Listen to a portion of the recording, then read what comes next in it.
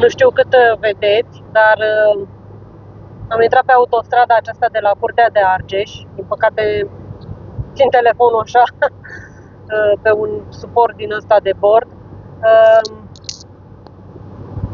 Dar este super pe aici. Autostrada asta faci 15 minute de la Pitești la Curtea de Argeș și apoi 30 de minute din Curtea de Argeș la Vâlcea. Drumul acela dinspre Curtea de Argeș spre Vâlcea e puțin cam horror, dar se merită, pentru că rândul trecut, adică când am venit la Pitești, am făcut 6 ore Sibiu-Vâlcea. Deci, da, cam atât vreau să vă zic, că dacă veniți dinspre București spre Sibiu, puteți să o luați pe autostradă, oricum este mult mai rapid decât dacă o luați pe drumul acela național, sau cum îi zice, DN-ul acela Pitești-Vâlcea, pentru că acolo cred că e la fel de groaznic, mai ales acolo pe Dealul Negru și la Dedulești. Știu că penultima oară am stat 3 ore la Dedulești. Nu înțeleg care e faza acolo și de ce se face ambuteiaj. Nu pricep. Dar priviți, e superb autostrada aceasta. Sunt foarte încântată.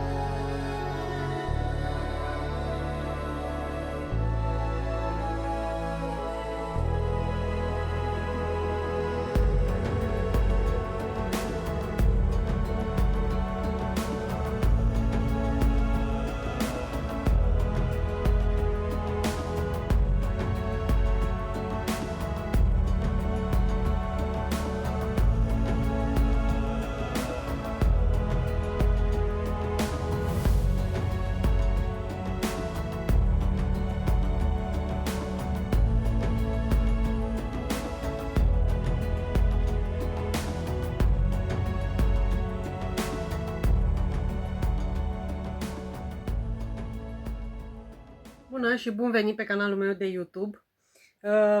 Astăzi, după cum vedeți, am ajuns de ieri la Sibiu și acum este 10:30 seara. Acum m-am gândit să filmez un shopping haul. Am fost la Second și am găsit câteva lucruri, deși băgaseră marfă și erau totul foarte scump, dar de obicei acolo când sunt scumpe găsești lucruri, sau eu cel puțin găsesc lucruri pe care le și pot folosi. Și apoi am mai fost și la DM și la magazinul acela chinezesc, de mi-am mai luat una alta și o să vă arăt și unele chestii pe care le-am mai găsit pe la țară. Așa că o să încep, pentru că e destul de lung, o să fie videoclipul acesta. O să încep cu ce am luat de la Second și o să vedeți că au fost destul de scumpe lucrurile. Am luat cutiuța aceasta, a fost 8 lei. Și mă gândesc să pun în ea toate chestiile acestea micuțe. Mâine sper să reușesc să încep să fac puțin ordine prin dulapul acesta de journaling, pentru că am toate nebuniile pe acolo.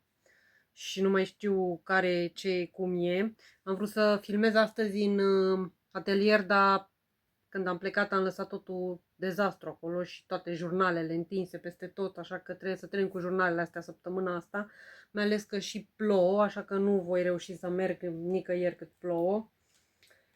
Deci da, o să fie treabă. Apoi, am luat vița aceasta la 6 lei. Vreau să fac un ornament cu acele bucăți de lemn pe care le-am luat din cireșul acela care s-a rupt și mă gândeam să pun bucata aceea pe această tăviță și e ca o oglindă aici și mă gândeam că reflectă ceea ce este în sus. Destul de scump, deci asta mult mă gândesc dacă să le iau și când le-am luat, dacă le voi folosi și la ce le voi folosi și cât de curând le voi folosi, că deja am destul de multe. Am luat și cănița aceasta la 4 lei, tot pentru decorațiunile acelea, ori aceea cu căsuțe, ori asta cu păsărele. Apoi la 6 lei am luat acest delfin. O să-l și scot din pungă, să-l vedeți, că nu am nicio parfecă pe aici.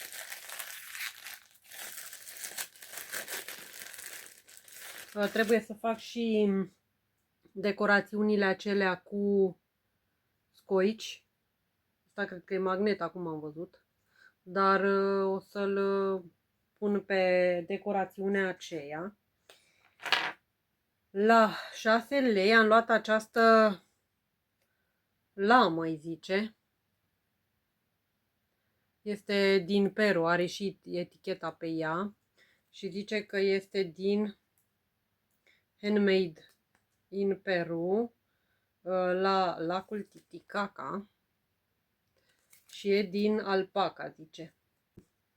Dar mi s-a părut foarte drăguț așa, cum arată. Și mă gândeam să o folosesc la jurnal, când îmi voi face unul, pentru că vreau să fac câteva jurnale și pentru mine. Eu am pus ochelarii că nu mai văd.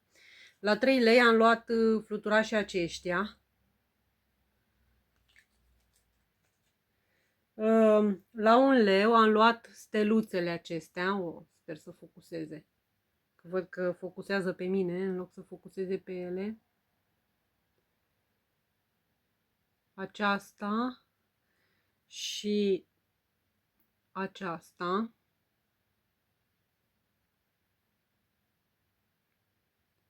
Și pe spate e așa. Eu mai am una la fel, adică din setul acestora, și când le-am văzut, de-aia le-am și luat.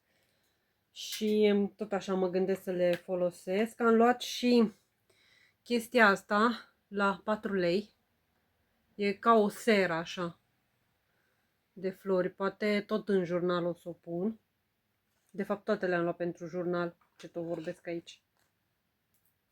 Tot la 4 lei am luat chestia asta, pe care o voi folosi ca și charm.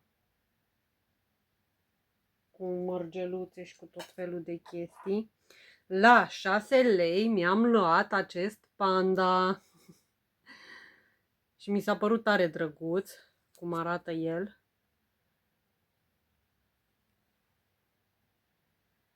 Mi-a plăcut mult de tot și de-aia vă ziceam că atunci când bagă marfă, bagă lucruri foarte frumoase pe care nu le găsești când sunt reduceri, pentru că toată lumea le ia. Ăsta nu știu cât a fost, cred că tot 6 lei. Cutiuța aceasta mi-a plăcut tare mult și înăuntru este acest set. Cred că asta și arată pe ea.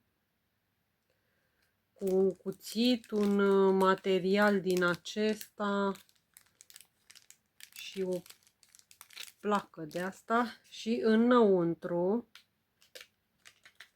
hai ieși, sunt acești doi șoricei, semen Giulia. Astea cred că sunt ceva vintage. Așa că scrie anul.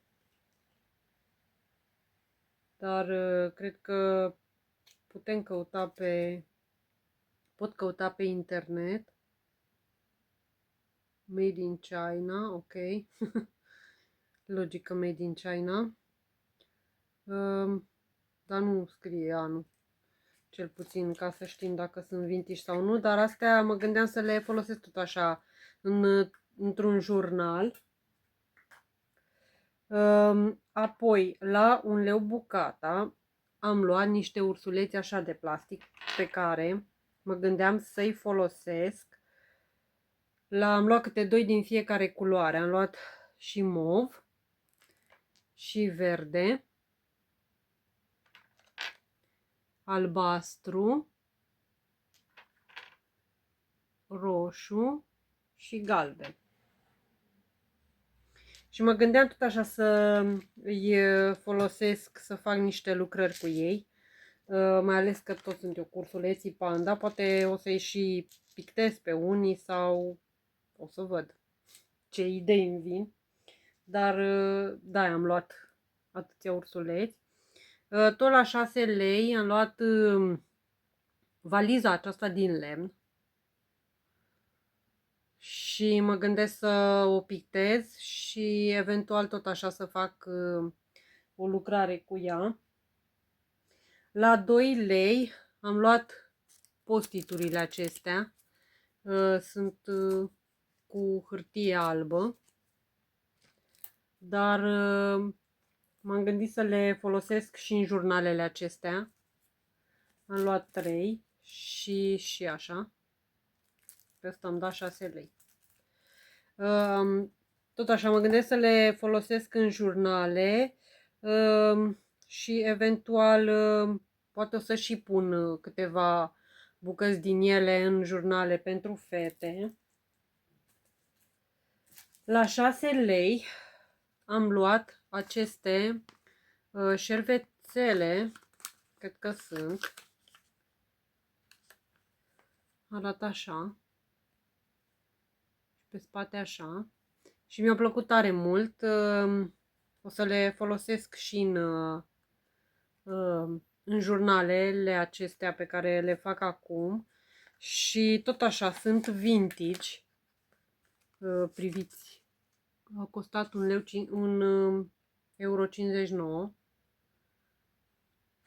de când or fi. Dar mi-au plăcut tare mult și sunt așa alb cu galben. Și cred că ar arăta frumos în acele jurnale. Sunt și așa puțin texturate. La 6 lei am luat chestia asta. De acolo mi-am luat foarte multe ștampile. Și acum mă gândeam că pe jurnalele acelea încă n-am pus nicio ștampilă. Și este această rolă. Asta să văd cum vine. Cred că vine așa. Cred că e cu animăluțe, cu diverse chestii. O să le încerc mâine cu voi și dacă îmi place cum sunt, o să le pun și pe jurnale. Și nu știu asta cum este.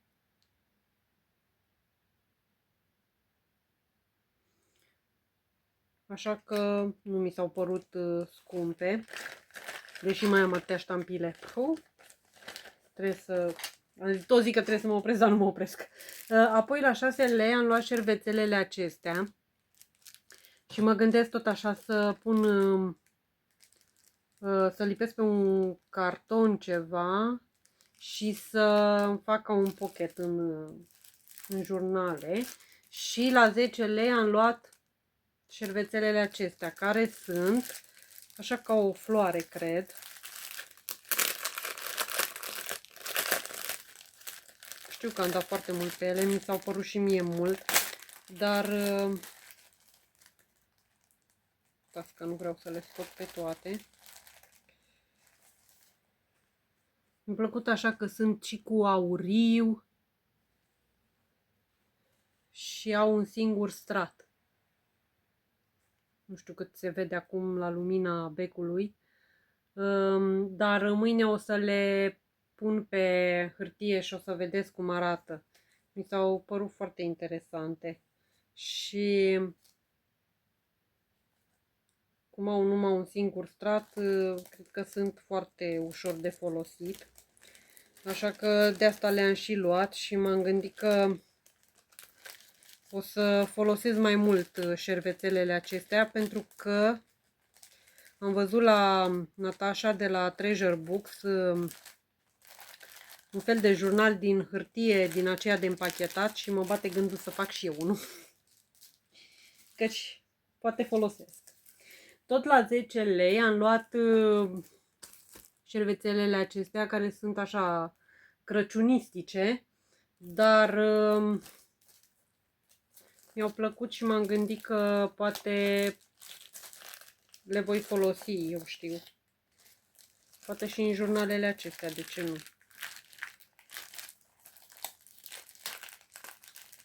Că fetele astea au fost pentru mine și sunt ca niște îngeri. Ai! Gata. Și m-au ajutat foarte mult. Așa că poate voi pune un astfel de fapt hârtie din aceea de pus, cred că prăjituri sau ceva. Și sunt așa lucioase.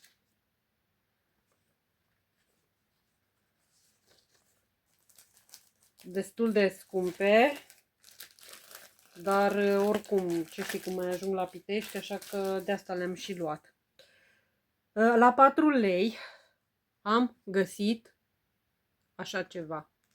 Soap Leaves. One time, one use. Zice că sunt din săpun. Încerc. Mai am niște flori din acelea. Și arată așa. S-au părut interesante. Dar nu le-am luat să le folosesc. Le-am luat tot așa, să le pun ori în jurnale, ori mai multe în jurnale. Și după cum vedeți, sunt câteva în ele, în această cutiuță.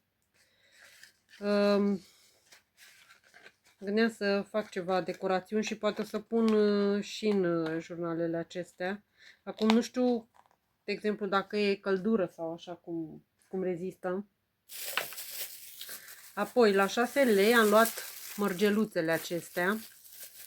Vreau să le și desfac, că nu le-am desfăcut atunci.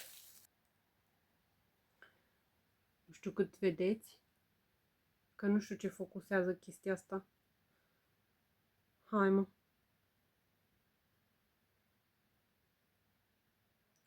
Sunt din sticlă. Acesta e așa. Au și așa.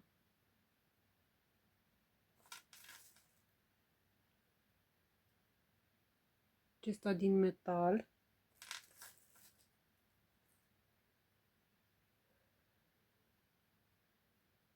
Acesta și așa din mărgeluțe. Și tot așa le-am luat pentru cearmuri. Pentru că vreau să adaug și ceva cearmuri la aceste jurnale. Tot la 6 lei am luat aceste floricele din lemn. Și știți că eu am foarte multe și dar culorile astea nu le am, așa că am zis că pot să le adaug la celelalte. Și la 8 lei am luat așa mărgeluțe. Erau foarte multe mărgele, dar nu am mai luat. Dar astea mi s-au părut că sunt micuțe așa. Și mă gândeam tot așa să le folosesc tot la jurnale. Apoi, tot la 6 lei, cred că este ultimul lucru pe care l-am luat, da, din SH. Am luat această cărticică, care este o cărticică de colorat, cred. Da. Dar am luat-o tot așa, să pun în jurnale diverse pagini. Îmi pare rău că dar nu are nimic cu panda, e numai cu rățuște. Încă nu știu cum o să pun paginile acelea, poate O să văd dacă nu cumva o să le scol la imprimantă mai mici. Dar de asta am luat cărticica aceasta. Și are, într-o parte e decolorat și într-o parte e deja colorată. Așa că scrie ceva, cred că în poloneză, care știți. Vai, ce prost se vede. Da. Asta a fost de la SH. Apoi am fost la DM și cred că am fost și la librărie și am luat sticările acestea cu cățeluși la 5 lei. Dar doar atât am luat de acolo. Am fost la DM și, uai că nu mai știu exact cât am dat pe el, tot 10 lei, cred că tot 10 lei. Am luat chestiile astea care sunt ceva colțare, cred, sau pentru poze. Le-am desfăcut să văd cum sunt, dar sincer nu m-am putut prinde exact cum se folosesc.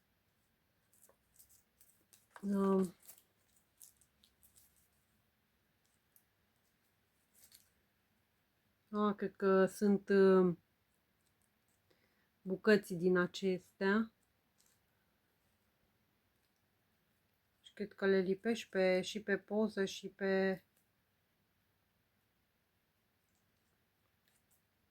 pe că nu sunt duble adezive, oare? Ia. Și pe spate, cred că da, sunt dublu adezive. Și așa arată. Cât ce mă disperă că nu focusează, se mai și mișcă în toate direcțiile. Sunt dublu adezive și atunci se pun pe poză și se lipește poza pe albumul respectiv. Dar cred că o să lipesc și eu unele chestii în jurnalele acestea.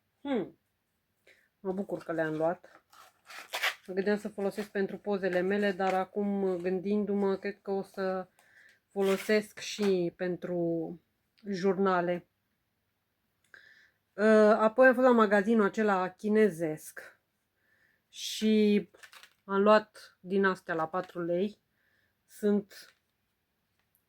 Au sârmele acestea foarte subțiri, dar la 4 lei 3 din astea nu m-am gândit că sunt atât de scumpe, nu mi s-au părut așa scumpe, așa că le-am luat și am mai luat setul acesta tot la 4 lei pentru acul acesta, pentru că l-am folosit nu mai știu la ce și unde și cred că l-am pierdut. Și are oricum și un suport din ăsta de băgat ața pe ac.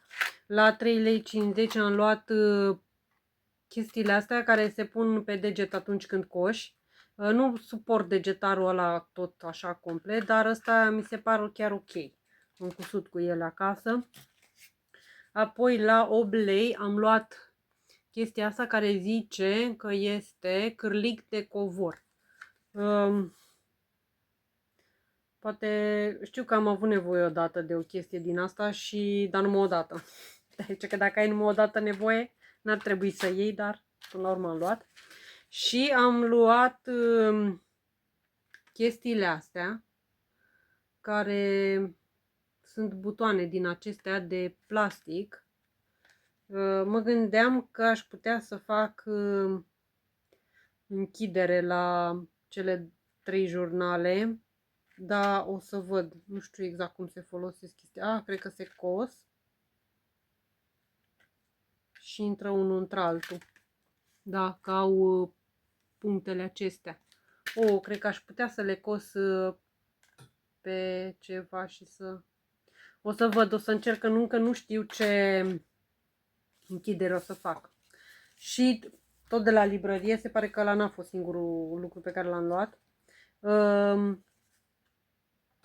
Am luat felicitarea aceasta să mai adaug la acel jurnal, n-am mai făcut nimic în el, dar da. Aceasta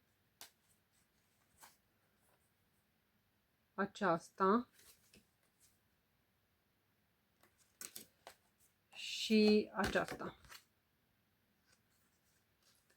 Vreau să mai adaug că mi-au mai venit niște idei și pliculețele aferente. Apoi, o prietenă la Pitești mi-a adus casetuța aceasta ca și cadou de ziua mea, pentru că de-abia acum ne-am văzut. Și este o casetă de bijuterii, are și cheiță aici. Și sincer mă gândeam să îmi pun diverse lucruri din ea, nu știu dacă o să-mi pun bijuteriile, pentru că am destul de multe bijuterii și nu am atât de micuțe încât să intre într-o casetuță. Ați văzut chestii din alea mari. Și pentru alea mă gândeam să-mi fac ceva la mașina de cusut. Așa că o să văd ce găsesc. Și apoi am fost la țară și am mai cotrobăit prin toate chestiile alea pe acolo. Și am găsit niște lucruri, dar o să vă arăt înainte să vă arăt ce am găsit. Chestia asta, cusută de bunica. Ia, priviți. Prietena asta, care mi-a adus caseta de bijuterii, este tot de acolo din sat și a făcut din chestiile astea și a făcut și a cusut, dar sincer, asta e imensă. Bunica o punea pe perete. Sincer nu vreau să fac I pentru că am vreo 2-3 și nu le-am folosit decât de 1 decembrie una și atât. Dar o să văd dacă nu cumva o să o folosesc pe aici prin casă sau văd eu la ce o întrebuințez. Și apoi am găsit chestiile astea și mi-au plăcut florile și așa cum arată, mă gândesc să le decupez și să le folosesc tot așa ca și să le aplic așa ori pe jurnal, ori o să văd eu. Și astea săracile murdare și vai și amar, dar o să le spăl, o să le albesc cu ceva, văd eu cu ce, cred că cu clor, că săracile, nu știu, au fost într-un dulap și a plouat în casă, asta iarnă, și tot dulapul, totul s-a inundat acolo, a fost apa până la glezne în casă, așa că da. Săracile, toate hainele, de-aia am intrat în ele să văd ce mai pot să folosesc, ce să aruncăm. Apoi am găsit livretul militar al bunicului. Am găsit diverse chestii din astea vechi, tot felul de,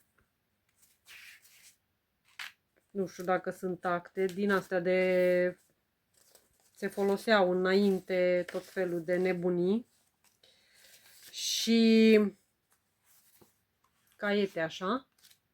Și mi-au plăcut caietele astea să așa dau un aer de vintage și mă gândeam tot așa să le folosesc tot în jurnale, pentru că se pot rupe ușor paginile. Aici scrisori de ale tatălui meu către mama. Și am găsit cărți din acestea vechi, care oricum dacă le duci la anticariat, după cum vedeți, sunt și murdare și așa, dacă le duci la anticariat nici nu le primesc, dar au imagini. Și mi-au plăcut foarte mult imaginile acestea și mă gândesc să le decupez și restul paginilor să le folosesc ca și pentru jurnale, pentru colaje. Și asta o geografie tot așa foarte veche, de clasa a 3-a. Și asta aparține tot tatălui meu. Și tot așa are diverse imagini. Și mi-au plăcut mult imaginile acestea așa grafice. paginile acestea vechi.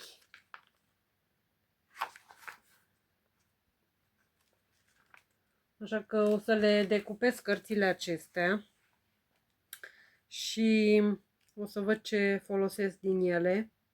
Oricum o să folosesc absolut tot, asta e clar. Dacă ar fi avut coperți din acelea de carton, foloseam coperțile pentru ceva jurnale, dar din păcate nu au.